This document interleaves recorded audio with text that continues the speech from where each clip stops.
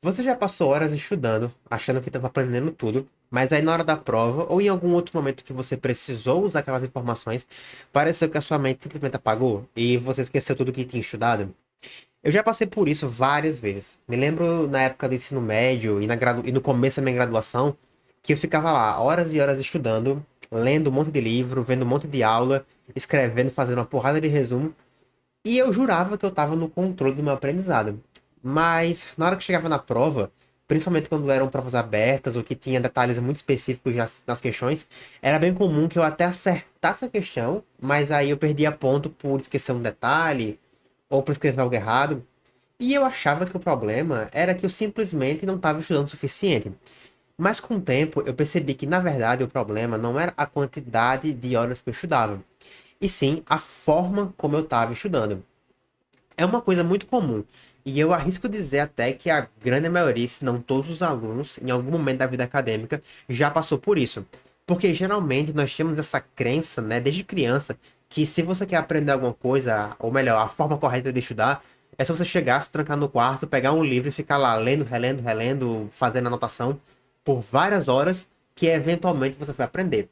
Só que na prática, essa crença, ela provavelmente está mais te atrapalhando do que realmente ajudando. E hoje eu quero discutir e te mostrar por que que estudar mais não significa necessariamente aprender mais. E como que a gente pode contornar esse problema. Quando você estuda várias horas seguidas sem nenhum tipo de técnica, se baseando apenas em assistir aula e fazer resumo, por exemplo, sem estar ali realmente fazendo um processo ativo de aprendizagem, uma reflexão sobre o que você está estudando, você está apenas memorizando informações e não realmente aprendendo. Eu vou dar um exemplo, por exemplo, na faculdade. Quando você está lá fazendo o primeiro curso de cálculo, né, o cálculo 1, você vai estudar sobre a definição de limite, que eu acho que é o primeiro assunto que você vê em cálculo. A definição de limite, ela é a seguinte. Seja f uma função definida sobre um intervalo aberto que contém o número a, exceto possivelmente o próprio a, dizemos que o limite de f de x, quando x tende a é L. Então, beleza, você leu a definição e você provavelmente tentou memorizar ela em algum momento, sem fazer nenhum tipo de reflexão. O resultado é que em poucos minutos já esqueceu. E mesmo que você tenha memorizado a definição do limite, na hora da prova, só saber a definição de uma determinada coisa não vai lhe ajudar muito a responder as questões. Isso acontece porque a nossa memória, sem ter o treinamento ideal, ela é muito falha. Ou seja, se eu não faço nenhum tipo de associação real do que eu li com algo prático, a definição que você leu não vai significar nada para o cérebro. E essa informação ela vai ser rapidamente descartada. Porque, em termos simples, o que você leu foi armazenado na memória de curto prazo.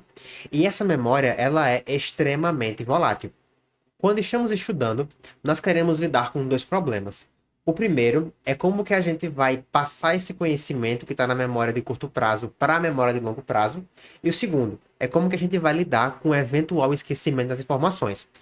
Quando nós falamos sobre memória a longo prazo, é interessante a gente ter em mente que o cérebro ele funciona, né, de uma forma semelhante a uma rede interconectada, com várias ligações. E quando a gente quer armazenar algo na memória de longo prazo, essa nova memória, esse novo conhecimento, ele vai ter que criar conexões, ela vai ter que criar conexões com outras memórias, com outras informações que já existem no nosso cérebro, ou seja, na nossa rede. Então a ideia é que se eu fortaleço a conexão dessa memória com o que eu já tenho, eu vou conseguir tornar o conhecimento mais solidificado e duradouro. Então, por exemplo, voltando à ideia do limite. Imagina que você, ao invés de apenas você ler a definição do limite, beleza, você leu.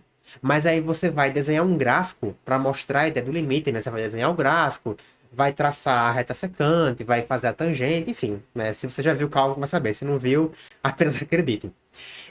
Você vai criar uma explicação usando as suas próprias palavras. Então, beleza. A definição de limite é, enfim, aquela definição lá. Mas como é que eu explicaria isso? Como é que eu posso resumir nas minhas palavras? Você também pode pegar a ideia de limite e relacionar com coisas do cotidiano. Ah, como que eu faço isso? Você pode olhar no Google, pesquisar, enfim. Onde é que você pode aplicar esse raio desse conhecimento em alguma coisa na prática, em uma coisa real? Também pode resolver problemas práticos aplicando esse conceito. Então, isso são formas de você solidificar as conexões desse conhecimento com o que você já tem. Você vai tornar essa memória muito mais significativa. Agora sobre o esquecimento. Ele é um processo natural que o nosso corpo faz e, na verdade, é bastante necessário, porque o nosso cérebro ele possui limitações biológicas do quanto a gente pode lembrar das coisas. Por exemplo, imagina se você pudesse lembrar do dia um da sua vida até hoje em dia. Seria muita informação para o cérebro. E também seria informação que não é necessária. Então, com isso em mente, o psicólogo Hermann Ebbinghaus, um alemão, ele estudou o fenômeno do esquecimento, baseado num método onde ele tentava decorar sílabas que não tinham sentido. Por exemplo, A, B, T, Z, K, F, esse tipo de coisa. Então ele tinha uma lista com essas sílabas e ele decorou elas, né, memorizou elas. E ele testou em quanto tempo, quanto tempo levava para ele esquecer essas sílabas. E como resultado desse estudo, a gente conseguiu chegar no que hoje conhecemos como a curva do esquecimento, onde a gente percebe que nós tendemos a perder cerca de 70% do que estudamos em até 24 horas. E aí tem um gráfico bonitinho que deve estar aparecendo na tela, tem um gráfico bonitinho que mostra a curva de esquecimento ao longo do tempo. Então, para lidar com esse esquecimento, existem técnicas para permitir que você espace o seu estudo e você revise com mais frequência, para justamente evitar o esquecimento. E esse mesmo processo de revisão, ele não vai consistir apenas em você reler as suas anotações, mas sim em todo um processo ativo que é necessário para fortalecer o conhecimento. Para lidar com isso, também existem técnicas que vão permitir que você espace o seu estudo e faça uma revisão mais frequente. E mesmo esse processo de revisão, ele não vai consistir só em você pegar, ler o conteúdo que você anotou e já era. Assim como a primeira parte que eu falei sobre a memória de longo prazo, essa revisão ela vai exigir que você realmente reflita e faça uma avaliação mais profunda daquele conteúdo, ou seja, ter todo um processo ativo de revisão para que você realmente fortaleça aquele conhecimento. Então, se o simples aumento de horas de estudo não vai garantir um aprendizado mais eficiente e profundo, e agora nós sabemos que o cérebro naturalmente vai esquecer informações ao longo do tempo, nós precisamos estudar de uma maneira mais inteligente, de uma maneira que a gente consegue garantir que o conhecimento realmente vai ser armazenado e muito bem fixado. Então, para fazer isso, nós precisamos utilizar algumas estratégias que levam o cérebro a consolidar o aprendizado, tornando as informações mais acessíveis e aplicáveis. Portanto, com isso em mente, eu vou apresentar algumas estratégias que mudaram completamente a forma como eu estudo. Foi literalmente da água para o vinho quando eu comecei a aplicar essas estratégias. Porém, vale ressaltar que essas estratégias elas não são feitas para que você aplique elas individualmente. Eu vou apresentar, acho que são 5 aqui que eu vou apresentar. Tu não tem que pegar só uma e, vou estudar só com essa técnica e já era. Mas a ideia é que você pegue todas essas técnicas e você combine elas para que você consiga potencializar o seu aprendizado.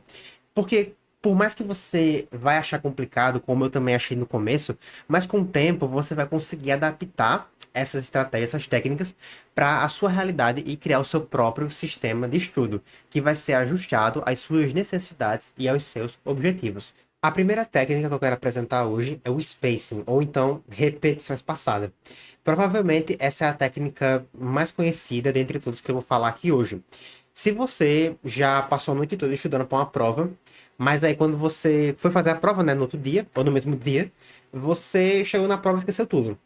Então, se isso já ocorreu com você, é porque você já experimentou o problema que essa técnica se propõe a resolver. O spacing basicamente consiste em você separar as suas sessões de estudo, né? E você distribuir o seu tempo de estudo ao longo das semanas, alternando entre sessões de estudo e sessões de revisão. Porque a ideia é que o intervalo entre as sessões vai aumentar significativamente a retenção de conteúdo ao longo do tempo. Isso acontece porque quando você revisa uma informação depois de um tempo sem você ter contato com ela, o cérebro vai trabalhar mais para conseguir resgatar aquela informação, fortalecendo assim as conexões neurais envolvidas no processo. Da mesma forma, quando você espaça também as sessões de estudo, quando você estuda um pouquinho do conteúdo hoje, um pouquinho amanhã, um pouquinho depois, você está dando tempo para que o cérebro pegue aquele conhecimento e ele reforce ao longo do tempo. Além disso, existe outro fator muito importante e que ele é frequentemente subestimado por quem estuda, né, os acadêmicos, enfim, os alunos no geral, é o sono. Porque é durante o sono que o cérebro ele vai consolidar aquelas informações e transformar aquilo em conhecimento a longo prazo. Então, se você tentar aprender tudo na noite antes da prova, além de que você dificilmente vai realmente conseguir absorver todo aquele conteúdo, grande parte do que você estudou vai ser esquecido, simplesmente porque você não dormiu, pela falta de descanso.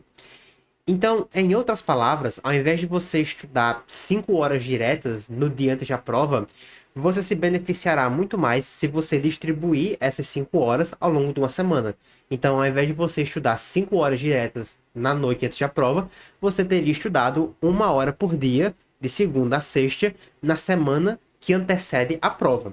Na prática, você vai ter estudado as mesmas 5 horas.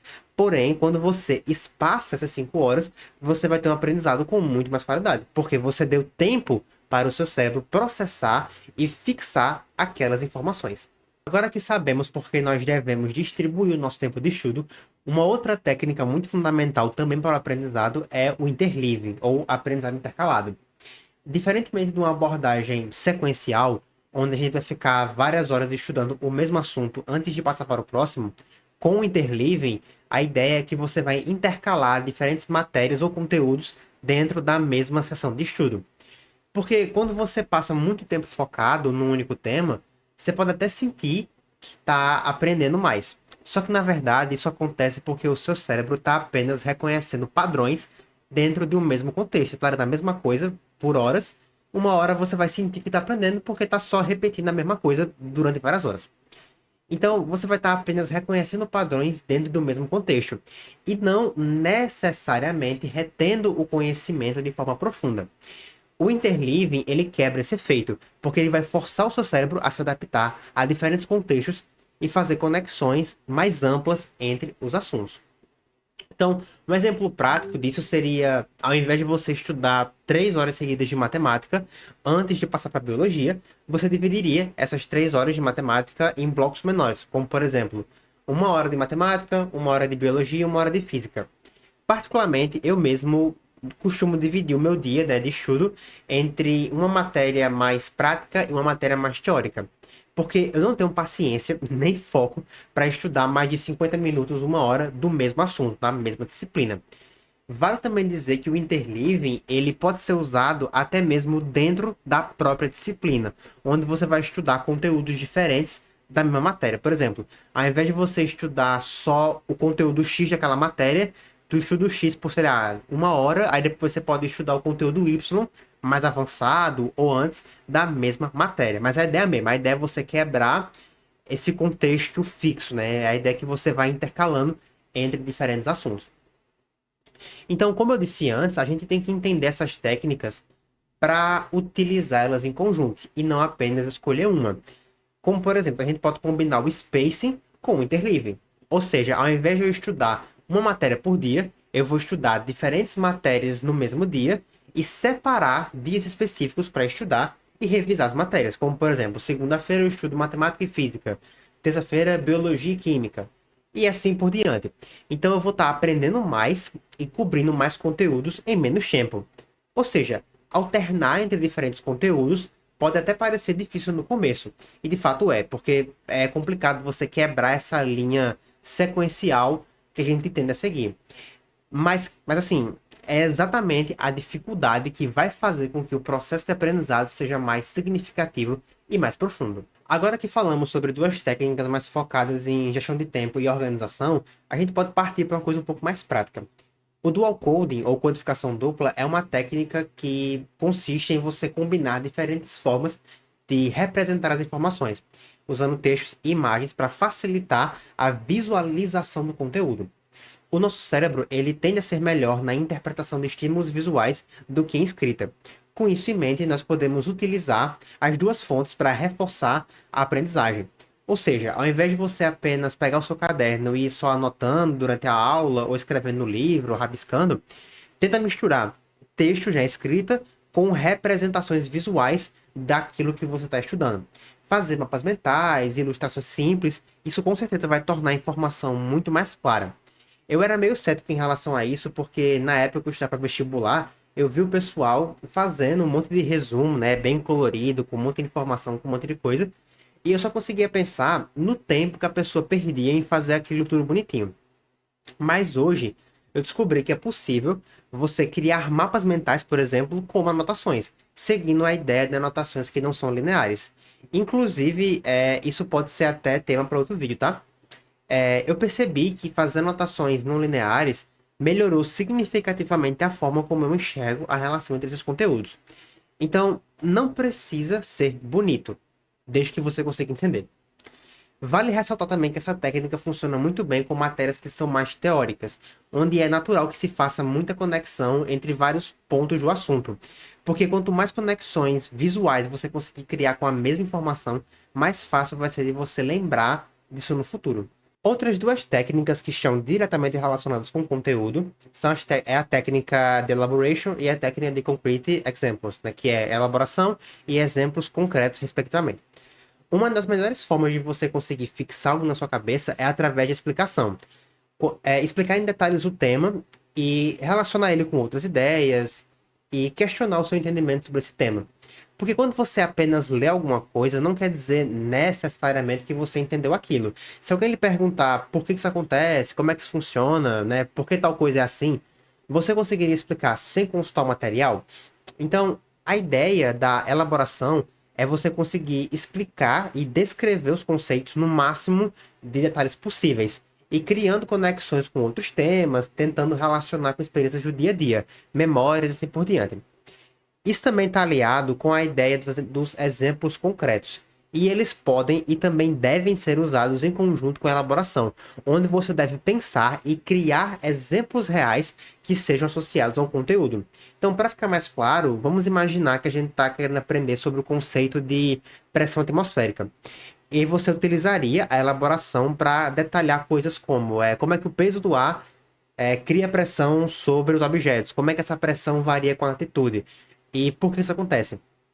Já os exemplos concretos nos ajudariam a identificar esse fenômeno no dia a dia.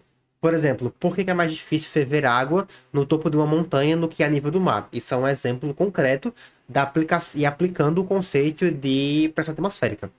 Então, quando a gente combina essas duas técnicas, a gente consegue criar um entendimento muito mais profundo e não apenas sabendo explicar alguma coisa, mas a gente consegue explicar, reconhecer e relacionar com manifestações reais desse conhecimento no mundo real. Então, essa forma de pensar auxilia muito na profundidade do aprendizado, que é o que a gente quer conquistar no fim das contas. A última técnica de hoje é a Retrieval Practice, ou acho que é prática de recuperação em português, mais ou menos a tradução. E ela é bem simples, na verdade, que ela consiste em você, após uma sessão de estudo, onde você leu muito conteúdo, anotou, fez vários exemplos, é você tentar recuperar tudo que você aprendeu sem consultar o material. E você pode fazer isso de várias maneiras. Você pode pegar uma lista de exercícios, né, de questões e ir respondendo, sem consultar o material e anotar suas dúvidas para você poder revisar depois. Você pode tentar criar perguntas chaves sobre aquele tema para responder, tentar ensinar para alguém ou gravar você mesmo ensinando e falando sobre aquele tema. Dá para usar muita criatividade nesse processo de você recuperar o conhecimento sem consultar o material. Uma forma que eu particularmente gosto muito de fazer é pegar um mapa mental e criar do zero, né? Criar um mapa mental do zero com tudo aquilo que eu lembro daquele material, daquele tema, sem consultar o material. E depois eu complemento com a informação que faltou no mapa. Inicialmente é difícil de você fazer isso, eu concordo totalmente, é complicado porque é difícil você encarar que talvez você não saiba tanto quanto você achava. Principalmente se você fazer isso no começo do conteúdo, né? Sem você ter visto muito assunto ainda. Então é natural que seja complicado, não é muito trivial, mas é uma prática muito boa e que ajuda demais naquele processo que a gente quer alcançar, justamente, que é o de criar um aprendizado mais profundo e significativo. Agora que nós exploramos um pouco de cada uma dessas técnicas e entendemos finalmente por que estudar mais não significa necessariamente aprender mais, você pode estar um pouco confuso para entender, beleza, como é que eu aplico tudo isso que você falou na minha rotina. Mas a verdade é que não existe uma única forma de você aplicar tudo isso. A ideia é que você teste, faça teste, experimente e vê como você se adapta. Por exemplo, se você nunca tentou fazer uma repetição espaçada na vida, tenta, escreve um flashcard, coloca no Anki, faz no papel e revisa depois. Se você costuma estudar horas seguidas o mesmo assunto, tenta intercalar, estuda uma hora um pouquinho, estuda uma hora de um assunto, uma hora de outro e vê como você rende. Se você escreve muito, né, para anotar, tenta substituir em algumas matérias por mapas mentais, por diagramas e ver como você reage. Porque no final do dia, o que importa é que você sempre esteja dentro da zona de aprendizado ativo, onde você não vai estar apenas lendo e escrevendo. A ideia é que você vai estar sempre refletindo sobre o tema, desafiando o seu entendimento a todo momento. E de fato vai estar se envolvendo no processo de aprendizado. Lembre-se também que o aprendizado ele é um processo complexo, ele leva tempo para acontecer. E além disso, dificilmente o seu progresso vai ser linear. Você vai falhar muitas vezes, vai deixar de estudar vários dias, vai bagunçar a organização e tá tudo bem. Faz parte. As coisas não são tão majestosas quanto costumam parecer na rede social. O que importa é você continuar, ser consistente e focar na qualidade ao invés da quantidade. Eu de fato espero que esse vídeo tenha te ajudado a enxergar os estudos de uma maneira diferente. De certa forma, esse olhar mais ativo para a aprendizagem, ele pode até tornar o processo mais prazeroso. Então, tenta aplicar essas técnicas, comente o resultado das suas experiências. Vale dizer que se vocês gostarem, eu posso trazer um vídeo individual para cada técnica, porque eu realmente só passei por cima, só dei uma ideia, mas tem muita coisa sobre cada técnica que a gente pode aprofundar e ver mais. Inclusive, eu posso até fazer vídeos mostrando eu mesmo aplicando essas técnicas em um horário de estudo meu. E eu também vou deixar na descrição todas as fontes primárias e secundárias que eu usei para estudar esse tema e trazer esse vídeo para vocês. Então, vai estar na descrição, tá? É só você ir lá, ler por você mesmo, ler as matérias, ler os artigos, para você mesmo entender como é que você aplica cada uma individualmente. Então, é isso. Deixa o like, compartilha suas experiências nos comentários, que eu vou gostar muito de ler e debater com vocês. Então, até a próxima.